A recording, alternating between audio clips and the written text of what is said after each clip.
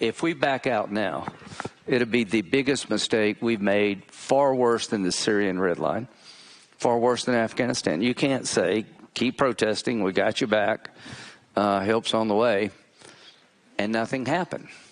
That's why I am confident that President Trump will get an outcome consistent with those three statements through diplomacy. If we back out now, it'll be the biggest mistake we've made, far worse than the Syrian red line, far worse than Afghanistan. You can't say, keep protesting, we got you back, help's on the way, and nothing happened.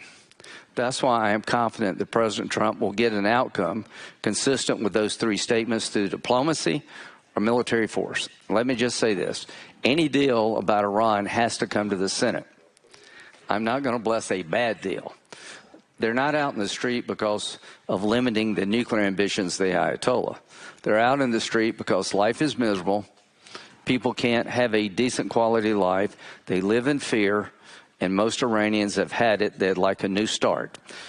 The day after. Okay. Well, if the Ayatollah goes down, we'll work on the day after. I think we'll have a better chance of hanging friends with the protesters than the Ayatollah. Here's the day after I worry the most about. The day after we blinked. The day after we made promises that we didn't keep. We made assurances that fell short. That day after is generational damage. The likelihood of getting worse than the Ayatollah in Iran is pretty low, don't you think, Crown Prince? I don't think most people are out in the streets saying, now we should be harder on us. Most people out in the streets said, I'm tired of living this way. I'm tired of being oppressed. I'm tired of having no money. I want a better country. I want my country back. I want this guy to go.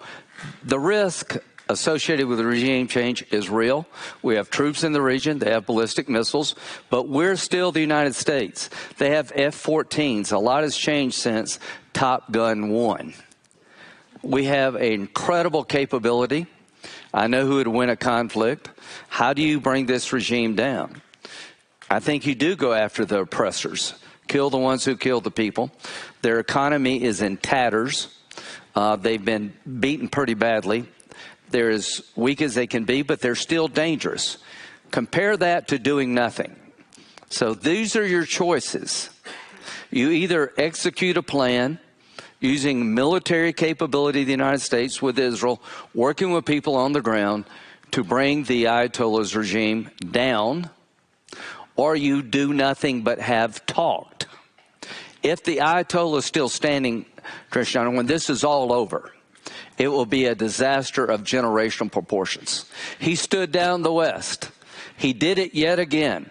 And all the people who were on the fence will slowly be rounded up and killed over the coming years in Iran. Hezbollah, Hamas, and the Houthis will get stronger, not weaker. The Arabs will continue to go back to their corner. I'm going to Israel, the UAE, and Saudi Arabia next week. Here's the message. If we can get it through diplomacy, fine, but we've had it with this regime. Think big.